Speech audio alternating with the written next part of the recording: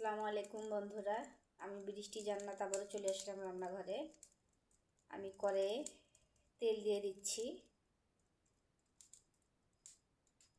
একটু করে তেল দিয়ে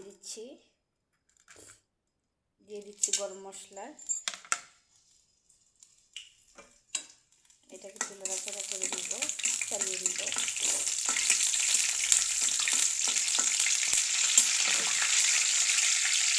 এখানে দিয়ে দেবো গাজর,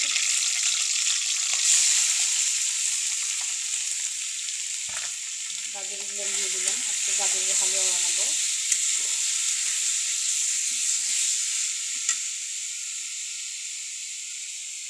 এতে দিয়ে দিলাম দুধ 1 কাপ,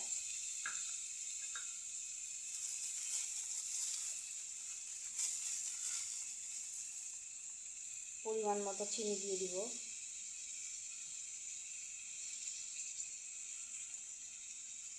আমি শর্টকাটে গাজরের হালুয়াটা বানালাম। তো বন্ধুরা, আমার গাজরের হালুয়া যদি আপনাদের কাছে ভালো লেগে থাকে অবশ্যই আমাকে কমেন্ট করে জানাবেন। সবাই ভালো থাকেন, সুস্থ থাকুন। আসসালামু আলাইকুম।